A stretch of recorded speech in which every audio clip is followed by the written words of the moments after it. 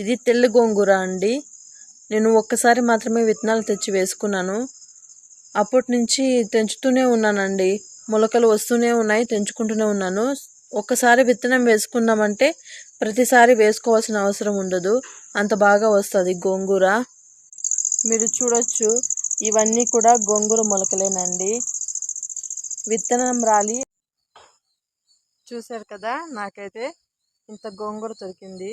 నాకు ప్రతిసారి 3 రోజులకు ఒకసారి దొరుకుతూనే ఉంటుందండి. ఇకపోతే ఇది నాటి బీరకాయ అండి, చాలా బాగా కాస్తుంది ఇది కూడాను. చూడొచ్చు, మొక్క చిన్నదే అయినా ఈసారి 4 కాయలు 5 కాయలు దొరికాయండి ఇప్పటికి. నేనైతే 2 బీరకాయలని కోసేసుకున్నాను.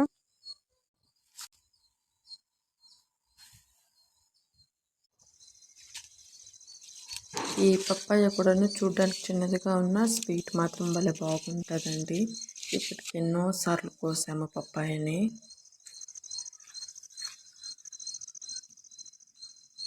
ఇక మునక్కాడలు కూడా అయిపోయి వచ్చాయండి, అడపా దొరకవచ్చు. ఎవరైనా సొసైటీలోనే అడిగితే తీసుకొచ్చి ఇస్తుంటాను అంతే.